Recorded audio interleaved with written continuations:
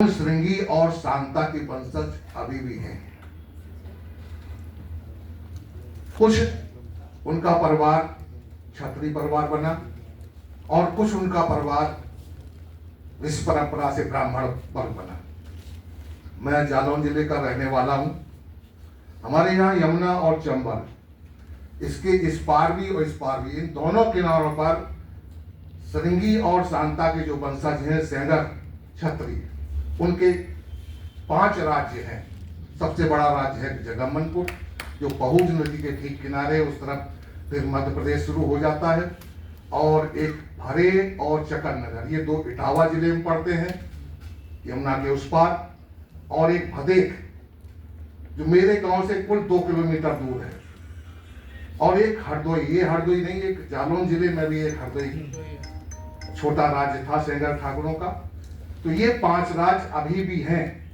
अंग्रेजों के जमाने में भरे, चकननगर और भदेक, ये 3 किले जो है ढा दिए गए थे। केवल चकननगर का थोड़ा किला ध्वंसावशेष अभी दिखाई पड़ता है।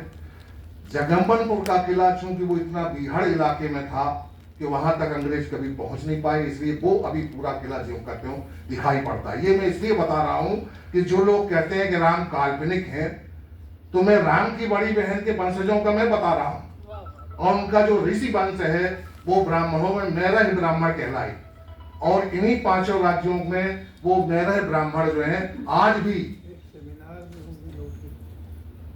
आपको मिल जाएंगे। मेरा गांव भी सेंगर ठाकुरों गांव है जिसमें रह रहा हूं, तो वो पूरा सेंगर घाट कहलाता है, जो शांता और श्रृंगी ऋषि के वंशज। ये इसलिए बताया कि इससे आगे भी आप जाने। लोग कल्पनाएं करते हैं कि सेतु, राम सेतु नहीं है, भगवान राम काल्पनिक, तो उनके लिए बता रहा हूं कि ये सारी चीजें जिनको देखना हो आज चलें, उनकी वंशावलियां देखें। हम पूरा इक्ष्वाकु से लेके अभी तक की वंशावली उनके यहाँ मिल जाएगी। तो इसीलिए मैं बताया, थोड़ा इससे आगे भी जानकारी लें। मैं तो मुझे जानकारी नहीं थी, मैं डॉक्टर प्रेमलता जी को ये सब बताता, जिससे वो भी इस मैटर जो है खंड काम में अगर सम्मिलित हो जाता तो और भी एक नई चीज देखने को मिलती, जिनको ज्यादातर लोग नहीं जानते। चूंकि मैं वहां का रहने वाला हूँ, इसलिए मैं जानता हूँ। और मैं इसी क्रम में आगे बढ़ते हुए ज्यादा विस्तार से नहीं जाऊंगा, ये बहुत बड़ी कहानी है। अगर इस संदर्भ में कोई सेमिनार होगी तो मैं उस पर बोलने के लिए बहुत सक्षम हूँ। और इसी क्रम में मैं आगे बढ़ते हुए प्रोफेसर डॉक्टर रामकृष्ण जायसवाल जी से निवेदन करूंगा कि वो आए और इन कृतियों पर अपना सारगर्भित भाषण दें। आदरणीय जायसवाल।